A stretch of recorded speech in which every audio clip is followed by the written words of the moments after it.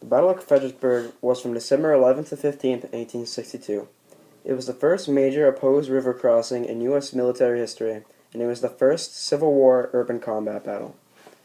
With over 200,000 combatants, it was the largest concentration of soldiers in the Civil War. These are the main generals of the Battle of Fredericksburg.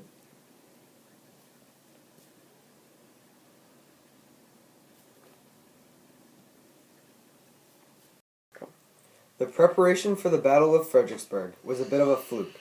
The plan for General Ambrose Burnside, the general of the Army of the Potomac for the Union, was to cross the Rappahannock River, circumnavigate Lee's army, and attack the Confederates' capital at Richmond.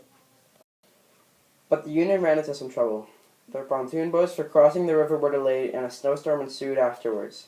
This stopped Union movement for a week, and in this time, Lee anticipated Burnside's plan. He ordered Longstreet and Stonewall Jackson to form a line along the river just outside of Fredericksburg. There they would prohibit the Union movement and attack them when the time came. In the morning of December 11th, Union soldiers began to cross the river. However, Confederate General William Barksdale took positions in Fredericksburg, sharpshooters demolishing the attempt at the Confederate crossing. In response, Burnside bombed the town of Fredericksburg, sending artillery shell after artillery shell into the nearby town. After the bombing, Union soldiers were able to gain a foothold in the town, finally crossing the river. A bloody battle on the streets then ensued, and Barksdale's men were forced to retreat. Union soldiers then proceeded to loot what was left of the town. Although the Union had gained a foothold in the town, Barksdale and his men had gained another 12 hours for Lee and the Confederates to stock up on forces. Lee's Confederates were in a 7-mile-long curving line, with the 5 divisions of Longstreet's corps along Marye's Heights and heights south of Fredericksburg to Prospect Hill were controlled by Stonewall Jackson. Burnside decided to attack both flanks rather than take on the bulk of Lee's army in the center. The main attack was made by General William B. Franklin against Stonewall Jackson, while General Edwin Sumner would distract Longstreet on Marye's Heights. Burnside made a mistake by waiting until the morning of December 13th to tell Franklin and Sumner their orders, rather than tell them after their meeting on December 12th. His orders were not clear, and Franklin was unsure about how hard he should attack south of the city. On the morning of December 13th, Franklin attacked the south of Fredericksburg along the railroad. Major John Pelham was able to hold back Union lines by using a single cannon he had moved into position on Prospect Hill. He delayed the Union for about an hour and was able to reveal the Union's battle plan to General Lee.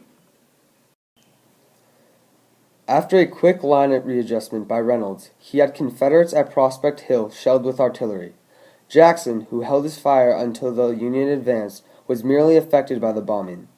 After the Union advance, Jackson responded by pushing them back. After the advance by the Confederates, Reynolds began firing artillery and advancing up the hill, only to find a hole in the line left of Jackson. Union General George Meade then passed along the Confederate lines, but was counterattacked by Jackson as he was calling for reinforcements from David Birney that would never come. After Birney left Meade unsupported, Meade retreated with Confederates hot on their tail. Fighting then began in the area that would soon be named Slaughter Pens, the Union suffering position and men. By late afternoon, with Jackson pushing for another attack with an updated line, Meade refused and let the battle south of Fredericksburg come to an end, ultimately forfeiting. At the same time as Prospect Hill, Longstreet and his troops were trenched in at Marye's Heights. Sumner and his men had to pass through a mill race, which is a trench 5 feet deep, 15 feet wide, and filled with 3 feet of water. And on top of the mill race, a 1/2 mile of open ground.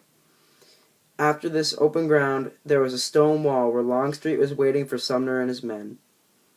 Futile Union wave after wave was ordered to attack Longstreet and his men, but each wave was slaughtered by Confederate forces.